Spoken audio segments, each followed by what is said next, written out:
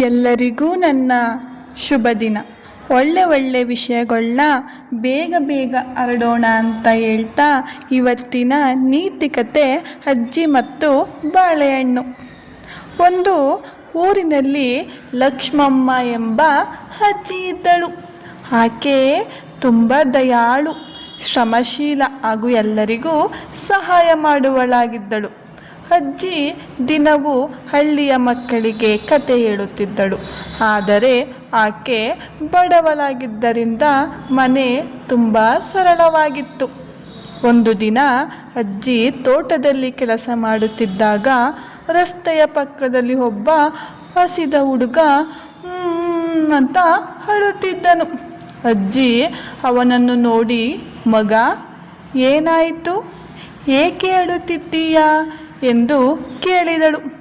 ಹುಡುಗ ಹೇಳಿದ, ಅಜ್ಜಿ, ನನಗೆ ಹಸಿವು. ನಿನ್ನೆಯಿಂದಿನಿಂದ ನಾನು ಏನೂ ತಿಂದಿಲ್ಲ. ಅಜ್ಜಿ ತನ್ನ ಮನೆಯಲ್ಲಿ ಉಳಿದಿದ್ದ ಒಂದೇ ಒಂದು ಬಾಳೆಹಣ್ಣು ತೆಗೆದುಕೊಂಡು ಹುಡುಗನಿಗೆ ಕೊಟ್ಟಳು. ಹುಡುಗ ಸಂತೋಷದಿಂದ ಧನ್ಯವಾದ ಅಜ್ಜಿ ಎಂದು ಹೇಳಿ ಹೋದನು. ಮುಂದಿನ ದಿನ ಅಜ್ಜಿ ತೋಟಕ್ಕೆ ಹೋದಾಗ ಅದೇ ಸ್ಥಳದಲ್ಲಿ ಒಂದು ಬಂಗಾರದ ನಾಣ್ಯ ಹೊಳೆಯುತ್ತಿತ್ತು. ಅಜ್ಜಿ ಅಚ್ಚರಿಪಟ್ಟು ಅದನ್ನು ಎತ್ತುಕೊಂಡಳು. ಆಕೆ ಅರಿತುಕೊಂಡಳು, ಮನುಷ್ಯನು ದಯೆಯಿಂದ ಮಾಡಿದ ಸಣ್ಣ ಸಹಾಯವು ದೇವರು ದೊಡ್ಡ ಆಶೀರ್ವಾದವಾಗಿ ಮರಳಿ ಕೊಡುತ್ತಾನೆ ಎಂದು. ಈ ಕಥೆಯ ನೀತಿ ಏನಂತಂದರೆ, ದಯೆ ಮತ್ತು ಸಹಾಯ ಮನಸ್ಸು ಯಾವಾಗಲೂ ಫಲ ಕೊಡುತ್ತದೆ. ದಯೆ ದೇವರು ಕೊಟ್ಟ ಅತ್ಯಮೂಲ್ಯ ಆಸ್ತಿ. ಮತ್ತೊಮ್ಮೆ ಹೇಳ್ತೀನಿ, ದಯೆ ಮತ್ತು ಸಹಾಯ ಮನಸ್ಸು ಯಾವಾಗಲೂ ಫಲ ಕೊಡುತ್ತದೆ.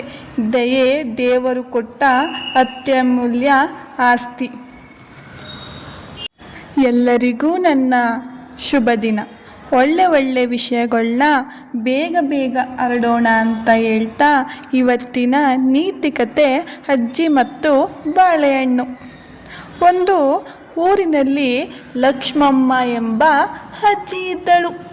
ಆಕೆ ತುಂಬ ದಯಾಳು, ಶ್ರಮಶೀಲ ಹಾಗೂ ಎಲ್ಲರಿಗೂ ಸಹಾಯ ಮಾಡುವಳಾಗಿದ್ದಳು.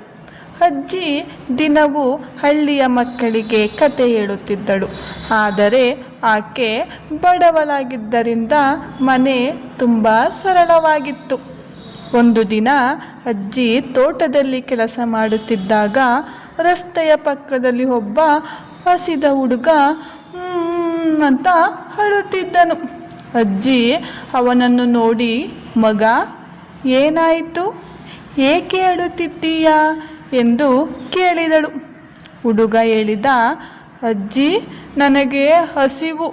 ನಿನ್ನೆಯಿಂದಿನಿಂದ ನಾನು ಏನೂ ತಿಂದಿಲ್ಲ. ಅಜ್ಜಿ ತನ್ನ ಮನೆಯಲ್ಲಿ ಉಳಿದಿದ್ದ ಒಂದೇ ಒಂದು ಬಾಳೆಹಣ್ಣು ತೆಗೆದುಕೊಂಡು ಹುಡುಗನಿಗೆ ಕೊಟ್ಟಳು. ಹುಡುಗ ಸಂತೋಷದಿಂದ ಧನ್ಯವಾದ ಅಜ್ಜಿ ಎಂದು ಹೇಳಿ ಹೋದನು. ಮುಂದಿನ ದಿನ ಅಜ್ಜಿ ತೋಟಕ್ಕೆ ಹೋದಾಗ ಅದೇ ಸ್ಥಳದಲ್ಲಿ ಒಂದು ಬಂಗಾರದ ನಾಣ್ಯ ಹೊಳೆಯುತ್ತಿತ್ತು. ಅಜ್ಜಿ ಅಚ್ಚರಿಪಟ್ಟು ಅದನ್ನು ಎತ್ತುಕೊಂಡಳು. ಆಕೆ ಅರಿತುಕೊಂಡಳು, ಮನುಷ್ಯನು ದಯೆಯಿಂದ ಮಾಡಿದ ಸಣ್ಣ ಸಹಾಯವು ದೇವರು ದೊಡ್ಡ ಆಶೀರ್ವಾದವಾಗಿ ಮರಳಿ ಕೊಡುತ್ತಾನೆ ಎಂದು. ಈ ಕಥೆಯ ನೀತಿ ಏನಂತಂದರೆ, ದಯೆ ಮತ್ತು ಸಹಾಯ ಮನಸ್ಸು ಯಾವಾಗಲೂ ಫಲ ಕೊಡುತ್ತದೆ. ದಯೆ ದೇವರು ಕೊಟ್ಟ ಅತ್ಯಮೂಲ್ಯ ಆಸ್ತಿ. ಮತ್ತೊಮ್ಮೆ ಹೇಳ್ತೀನಿ, ದಯೆ ಮತ್ತು ಸಹಾಯ ಮನಸ್ಸು ಯಾವಾಗಲೂ ಫಲ ಕೊಡುತ್ತದೆ. ದಯೆ ದೇವರು ಕೊಟ್ಟ ಅತ್ಯಮೂಲ್ಯ ಆಸ್ತಿ.